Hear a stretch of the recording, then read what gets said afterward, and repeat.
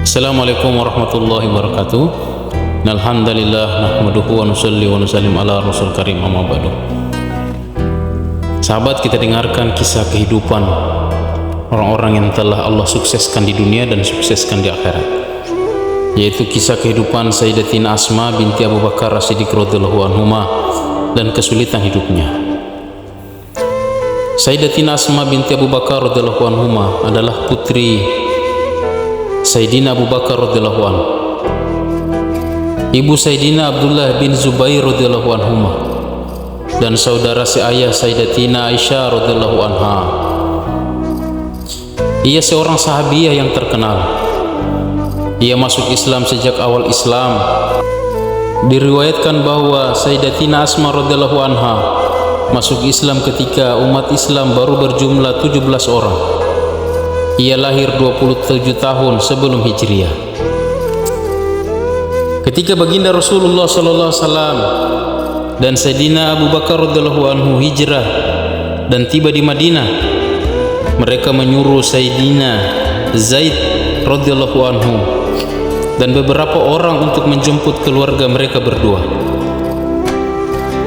Sayyidatina Asma radhiyallahu anha ikut hijrah bersama rombongan tersebut. Setibanya di Kuba, ia melahirkan Sayyidina Abdullah bin Zubair radhiyallahu anhu. Itulah bayi yang pertama lahir setelah hijrah. Masa itu adalah masa yang penuh dengan kesulitan, kesusahan, kemiskinan, kelaparan.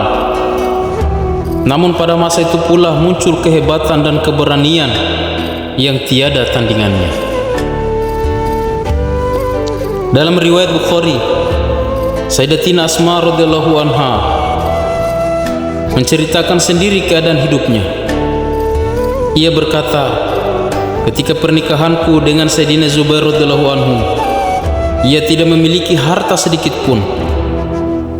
Tidak ada harta benda, tidak ada pembantu, dan tidak ada apapun kecuali hanya seekor unta yang biasa digunakan untuk membawa air, rumput dan lainnya,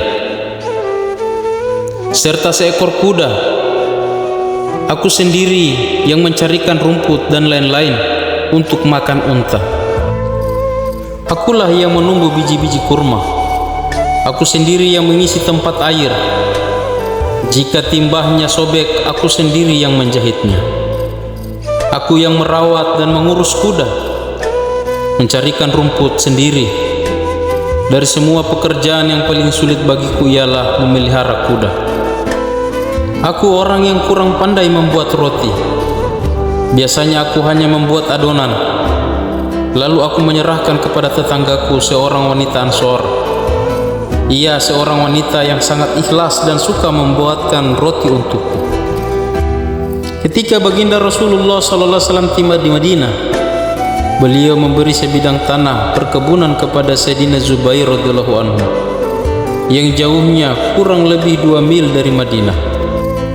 Dari sana aku selalu mengusung biji-biji kurma di atas kepalaku.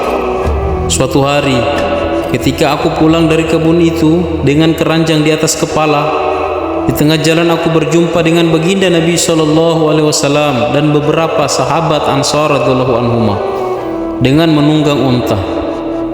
Begitu melihatku, baginda Rasulullah sallallahu alaihi wasallam segera menghentikan unta dan mengisyaratkan agar aku naik ke atas unta. Tetapi aku sangat malu kepada laki-laki dan sangat khawatir terhadap suamiku, Sayyidina Zubair radhiyallahu anhu, yang sangat pencemburu. Aku takut ia akan marah. Baginda Rasulullah SAW memahami perasaanku, sehingga beliau meneruskan perjalanannya. Aku pun segera pulang ke rumah. Setibanya di rumah, aku menceritakan kejadian tersebut kepada suamiku, bahwa aku sangat malu dan khawatir akan rasa cemburunya yang mungkin menyebabkan ia marah. Sayyidina Zubair radhiyallahu anhu berkata, "Demi Allah, aku lebih merasa berat dengan keadaanmu yang membawa biji-biji kurma di atas kepala, sedangkan aku tidak bisa membantumu." Sebenarnya Sayyidina Zubair radhiyallahu anhu tidak bisa membantu istrinya karena terpaksa, sebab ia sibuk berjihad dan urusan agama yang lainnya.